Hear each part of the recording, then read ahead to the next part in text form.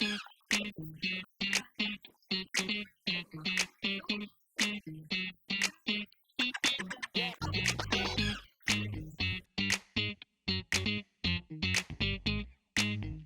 makes this project so unique is that it sits right on the corner of 47th and Broadway, on the most trafficked corner in Times Square, which makes it the most trafficked corner in the Western Hemisphere. Tourists spend 22 cents of every dollar that they spend in New York just in Times Square.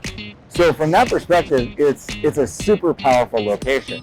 From an investment perspective, when we look at this, it is very, very supply constrained. The ownership structures of all these buildings are very bifurcated. There's long-term leases in place, there's landmark buildings.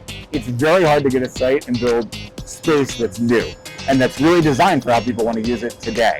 This property has kind of a unique history. So they built the Palace Theater, which is the third largest Broadway theater, back in the early 1900s. And then in the 1980s, there was a hotel built on top of it. So the DoubleTree Hotel, which we've now taken down. In order to build that, they took a giant steel truss and built it on top of the Broadway theater. And then the hotel sat on top of that giant steel truss. So going into it, we designed the building to be flexible. So we wanted to be able to have the flexibility to say, somebody comes in and wants the entire building, which there aren't a lot of people that would fall into that category, but if there was somebody who could really use a stage, use sign, use space in Times Square, run hospitality, we wanted to be able to create a building that all those pieces work together. But we also designed it where we knew that more likely we would be breaking the building into pieces, and those pieces would still work together. There's still a lot of benefit to having the stage and the sign, because this entire building becomes a backdrop for whatever you're doing on that stage.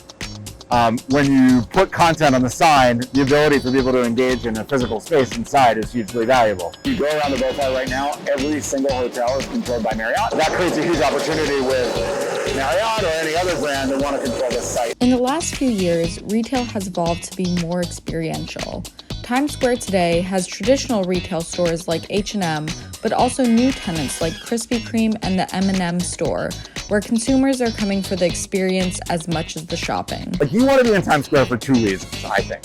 One is there's just a lot of people here, and those people are buying stuff. So you can sell a lot of merchandise here relative to another location. But I think more importantly, and to justify the rents and everything else that you have to pay to be in this location, you're really thinking about what is a flagship and what's the purpose of a flagship. And in my view, the purpose is to create an experience that's unique for somebody so they become a loyal customer and continue to enjoy your brand and spend on your brand going forward.